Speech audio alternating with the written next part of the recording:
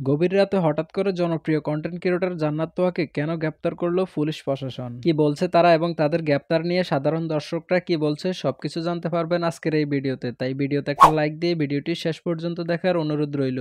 ফেসবুকে পরিচিত মুখ জান্নাত তোহা, তাদের সুন্দর ফ্যাশন লাইফস্টাইল ভিডিও দেখে অনেকেই চিনেন, কিন্তু তাকে হঠাৎ করে গ্রেপ্তার করা হয়েছে। আর কেন গ্রেপ্তার করা হয়েছে? কারণ তাদের প্রতি অভিযোগ রয়েছে তিনি অনলাইন অ্যাপ জুয়ার প্রমোট করেছেন। শুধু তাই নয়, বিভিন্ন সোশ্যাল মিডিয়াতে বেশ কয়েকদিন ধরে দেখা যাচ্ছে তাদের ফেসবুক পেজে বিদেশি জুয়ার অ্যাপ প্রচার হচ্ছে। ভিডিও পোস্টের মাধ্যমে তরুণদেরকে আকর্ষণ করেছিলেন এই অ্যাপগুলো লগ ইন করতে। এতে ব্যবহারকারী প্রতিদিন নির্দিষ্ট পরিমাণ টাকা ইনভেস্ট করে গেম খেলে জিততে পারত। অথচ আমাদের বাংলাদেশে এই ধরনের অনলাইন জুয়া সম্পূর্ণই অবৈধ।